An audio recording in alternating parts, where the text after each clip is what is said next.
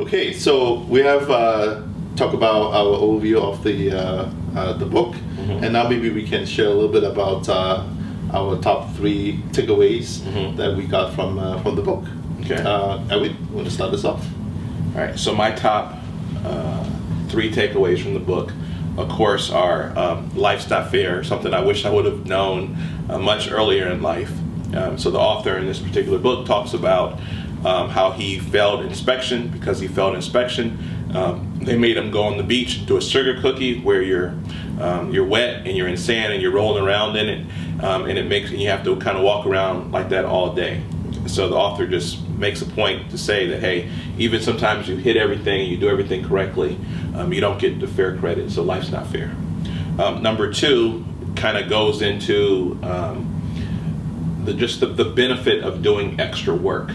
Right, the benefit of being sent to a circus, but having to receive that extra 1 or 2 hours of training in a day, it makes you much stronger, it makes you much more capable, it makes you much more prepared for the world. So I would say that's my number 2. And then number 3 is just the impact of one person helping 10 people in their lifetime, and how over a period of time, over a period of years, the graduating class, and this comes more from the YouTube speech versus the book, and we'll link to the YouTube speech in the comments here so people can take a look at that 19-minute speech. But he talks about if every graduating student who leaves the University of Texas at Austin goes out and helps 10 people in their lifetime, the cumulative effect is almost helping nearly 1 billion people. And it just talks about the cumulative return, and that in life you're going to basically meet about 10,000 people, and if you just help 10 people and they pay it forward, the cumulative effect is 800 million people being helped. And that's what I got from it. So that's me. Cool. Jeanette? For me, life isn't fair. That definitely resonated with me greatly. And it's arbitrary too, because whether you're made a sugar cookie in the Navy SEALs doesn't have to have a reason. The instructor can arbitrarily make you a sugar cookie. It doesn't have to have a reason. And life isn't fair with that same respect. There doesn't seem to be sometimes a rhyme or reason. It isn't fated, you don't deserve it. Oftentimes we'll think, well, what did we do? But you might not have done anything, illness or there's such a myriad of things in life that we have to face that it just isn't fair. And if we can accept that fact and not harbor on it and not, complain about it, not to say that there isn't any value necessarily in complaining, but it does detract from us going forward. Life isn't fair. Definitely a big life lesson that I've learned through my life, and the inspirational words of a Navy SEAL who experiences life not being fair on a daily basis was really inspirational to me. Number 2 was how we show up in the world. Starting off your day, completing a task like making your bed. It's not just a task completed, like checking off the box.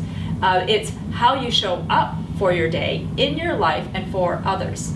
So showing up the best with preparation, with integrity, with honor, that's what making your bed meant. It wasn't, he mentions, Admiral McRaven mentions that he wasn't expecting praise for it. It wasn't just for when the drill sergeant was doing inspections, but even in combat, making your bed and that task of showing up in a way that you could take pride in makes a difference for how you face the rest of your day.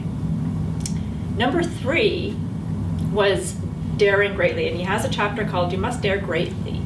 Slide down the obstacle head first. So this was a chapter about risk taking, that we need to take risks, but here was the important part to me, that these risks weren't just spontaneously taken without preparation, that there was a lot of training and it was a calculated risk versus I'm just going to jump off this cliff and hope for the best, right? So, and with that, I think you have more confidence, you have more courage, and you have that more like I've got this attitude when you do take the risk.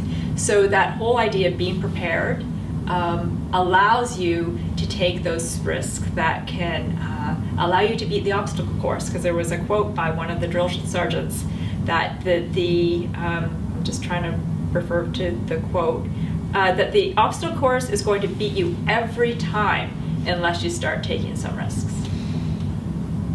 Cool, that's very good. And for myself, what I got from the book is that in life there's just a lot of challenges and a lot of variables, and so in a number of places you kind of talk about, for example, don't do it alone.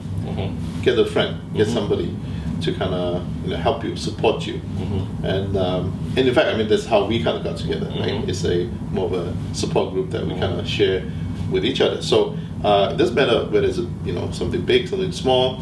It's always good to have somebody to kind of to lean on or just bounce some ideas off. So the second thing is how he was able to use his lessons from being a Navy SEAL and generalize it so that others can also apply that in other disciplines.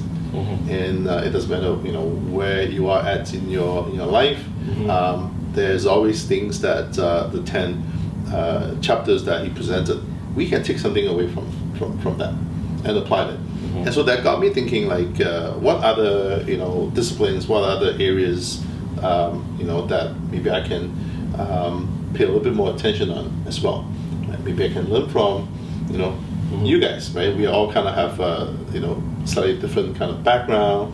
Our interests are different, but are there lessons that that I can learn from you guys as well as other disciplines out there, right? So rather than being so siloed into my own sort of world, maybe I should be a little bit more open and look at other disciplines as well. And finally is what he presented as the last chapter. I think it kind of summarizes the whole book, right? It's basically never give up, don't quit, don't ring the bell, right? And I would just add on to it and say, believe in ourselves that we can do it. And if you look back on all the different books that we discussed and read, is all kind of help us sort of being more confident so that we don't quit. Right? And so that's those are the three things I got. So So to summarize, I had Life's Not Fair. Sometimes you have to do extra work, and then the impact of just helping 10 people. Anjanette, you also had Life's Not Fair.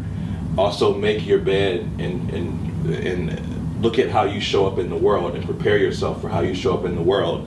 And then also you mentioned daring to take risks, daring greatly so that you can survive and do well in the obstacle course at life. And then Simon, you mentioned the challenges in life. Don't do it alone, get a buddy. And then how he generalized all the lessons and applied military training to everyday business. And then of course, don't quit, right?